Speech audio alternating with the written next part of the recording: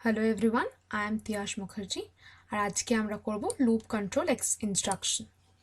So ফার্স্টে তার জন্য আমরা জানবো ওয়াই লুপসের দরকারটা কোথায় লাগে।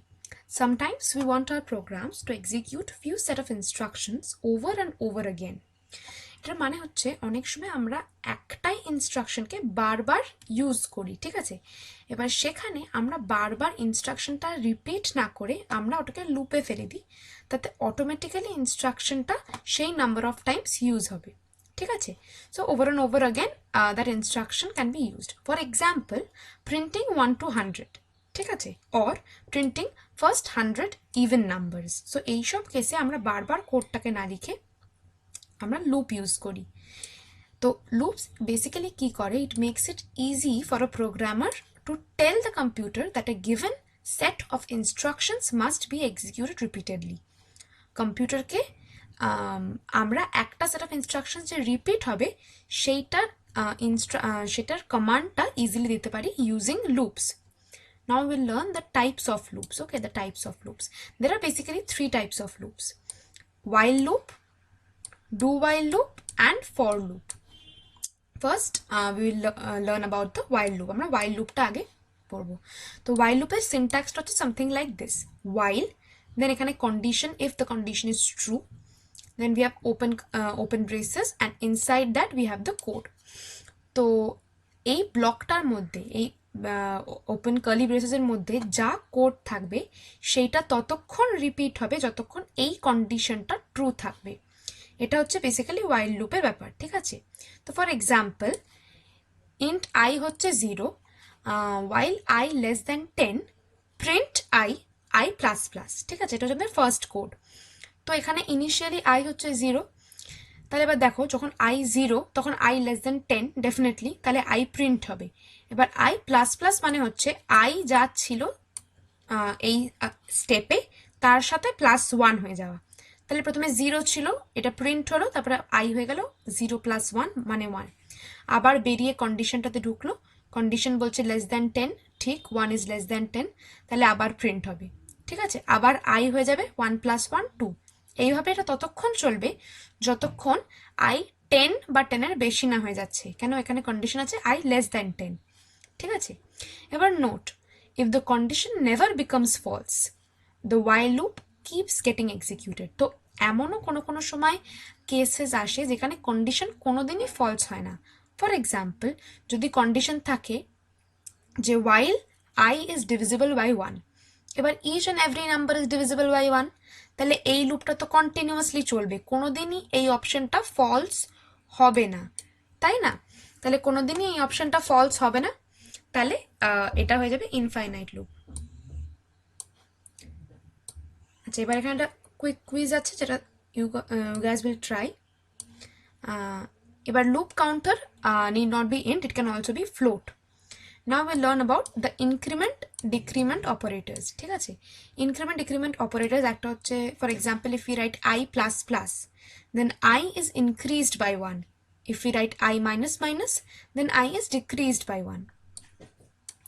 Now if we use minus minus I, if minus minus I is used, then first I decrements and then it's printed, ঠিক আছে। তাহলে আমরা যদি মাইনাস মাইনাস আই ইউজ করি তাহলে আই এর ভ্যালুটা প্রথমে কমবে, তারপরে কমার পরে সেই ভ্যালুটা প্রিন্ট হবে। আর যদি আই মাইনাস মাইনাস থাকে, মানে আই এর পরে যদি মাইনাস মাইনাস লেখা থাকে, তাহলে আগে আই এর অরিজিনাল ভ্যালুটা প্রিন্ট হবে, তারপরে সেই অরিজিনাল ভ্যালু থেকে 1 কমবে, ঠিক আছে। এবার মেক আ নোট কি প্লাস প্লাস প্লাস বা minus minus minus, this operators do not exist, ঠিক আছে। এরম অপারেটরসের কোনো মানে হয় না। তো এটা ইউ হ্যাভ টু রিমেম্বার।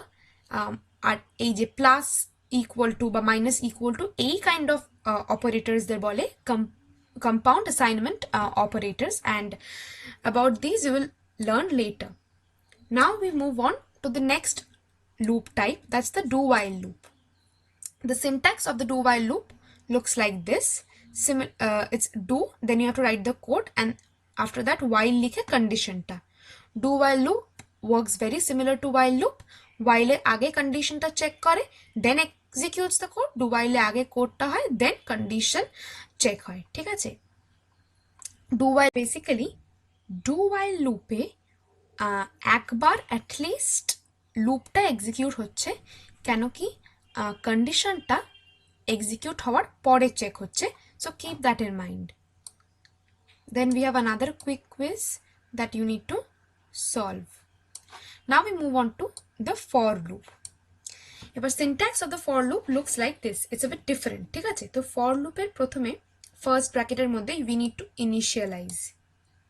তো ফার্স্টে হবে initialization, দেন হবে টেস্ট বা কন্ডিশন, আর তারপরে আমরা লিখব ইনক্রিমেন্ট অর ডিক্রিমেন্ট। ঠিক আছে, আর মাঝখানে we will separate them with semicolons। ঠিক আছে, তো ফার্স্টে হবে ইনিশিয়ালাইজ, তারপরে টেস্ট বা কন্ডিশন, তারপরে increment or decrement, and then will use curly braces আর তার ভিতরে কোড। ঠিক আছে, this is the syntax for loop. এবার ইনিশিয়ালাইজে আমরা লুপ কাউন্টারটাকে একটা ইনিশিয়াল ভ্যালুতে সেট করব। ফর এক্সাম্পল যদি আই হয়, তাহলে আমরা ওয়াইলের সময় কি করছিলাম, আমরা আইটাকে আগে আই ইকুয়াল টু 0 করছিলাম, তো আমরা এখানে ফর আই ইকুয়াল টু 0 করব। ঠিক আছে, ফর এর ফার্স্ট ব্র্যাকেটের মধ্যেই ইনিশিয়ালাইজ করব। তারপরে টেস্টটা হচ্ছে চেকিং কন্ডিশন, আর তারপরে increment or you can also be decrement. So it's basically updating the loop counter, লুপের যে কাউন্টারটা সেটাকে আপডেট করা। ঠিক আছে, ফর এক্সাম্পল এবার আমরা এক্সাম্পল নিচ্ছি I0 I<3, এটা হচ্ছে কন্ডিশন, আর I++, তাহলে প্রিন্ট করতে হবে আইকে। ঠিক আছে, আর এইটা হচ্ছে বেসিক্যালি একটা লাইন ছাড়ার জন্য। ঠিক আছে, তো this will not be printed, this is just a line. ঠিক আছে, একটা লাইন স্কিপ করে নেক্সট লাইনে তাহলে প্রিন্ট হবে, সেই জন্য। তাহলে ফার্স্টে I0, ঠিক আছে, তাহলে I<3, 0 ইজ <3, তাহলে এটা প্রিন্ট হবে, আবার ঘুরে আই হবে I++ এর জন্য 0 + 1 1, এভাবে এই লুপটা চলবে। তাহলে আউটপুট হচ্ছে 0 1 2। Okay, so you have another quick quiz. So yeah, এবার আমরা একটা কেস দেখব ডিক্রিমেন্টিং ফর আ লুপ। ঠিক আছে, আমরা তখন ইনক্রিমেন্ট দেখছিলাম, এবার একটা ডিক্রিমেন্ট দেখি। For I equal to 5, I minus print I। ঠিক আছে, this for loop will keep on running until I becomes 0। এই ফর লুপটা ততক্ষণ চলবে যতক্ষণ I 0 না হয়ে যাচ্ছে। কেন, ফার্স্টে আমরা দেখি I ইনিশিয়ালাইজ কি হয়েছে, I ইজ ইনিশিয়ালাইজ টু 5। ঠিক আছে, ক্লিয়ারলি। তারপরে লেখা আছে I, পরিষ্কারভাবে কোনো কন্ডিশন দেওয়া নেই, বাট দ্য কন্ডিশন I মানে হচ্ছে 0 অর এনি নাম্বার। ঠিক আছে, তো I 0 আর এনি নাম্বার হতে হবে, সেটা হচ্ছে কন্ডিশন। ঠিক আছে, তারপরে হচ্ছে দ্য কোড ইজ এক্সিকিউটেড, আর এখানে হচ্ছে I মাইনাস, তার মানে হচ্ছে I is decremented, condition I is checked and code is executed if it's not 0। ঠিক আছে, and so on until I is non-zero। so হয় 0 হতে হবে I K, or I K non-zero হতে হবে, এটা হচ্ছে কন্ডিশন এখানে। এবার then you have another quick quiz which you need to solve, and then we'll learn about the break statement in C। এবার break statementটা কি? The break statement is used to exit the loop irrespective of whether the condition is true or false. Whenever a break is encountered inside the loop, the control is sent outside the loop। তাহলে এমনিতে আমরা কি শিখেছি, যে loop ততক্ষণ চলবে যতক্ষণ কন্ডিশনটা ট্রু। ঠিক আছে, বাট এরকম যদি কোনো প্রোগ্রামে দরকার পড়ে যে লুপটা থেকে আমি এক্সিট করতে চাই বাট কন্ডিশনটা তখনও ট্রু, তখন আমরা ইউজ করব ব্রেক স্টেটমেন্ট। এবার ব্রেক স্টেটমেন্টটা হচ্ছে কি, যদি কন্ডিশন ট্রু থাকে তার সত্ত্বেও আমরা ব্রেক স্টেটমেন্ট থাকলে লুপ থেকে বেরিয়ে আসতে পারি। তো that is the break statement. So let's see with the help of an example. ঠিক আছে, ফর এক্সাম্পল এটা হচ্ছে একটা ফর লুপ নিয়েছি, for I equal to 0, I less than 1000, I++, print I, আর if I equal to 5 then break. তাহলে এখানে basically হচ্ছে কি, দেখো আউটপুটে দেখা যাচ্ছে যে 0 থেকে 5 প্রিন্ট হয়েছে, বাট সেটা কেন হচ্ছে, যখন I 0 আছে তখন কন্ডিশনটা স্যাটিসফাই করছে less than 1000, এবার হচ্ছে প্রিন্ট 0 প্রিন্ট হয়ে গেল, এবার চেক করছে I 5 কিনা, 5 নয়, তাহলে ব্রেক হচ্ছে না, লুপটা কন্টিনিউ করছে।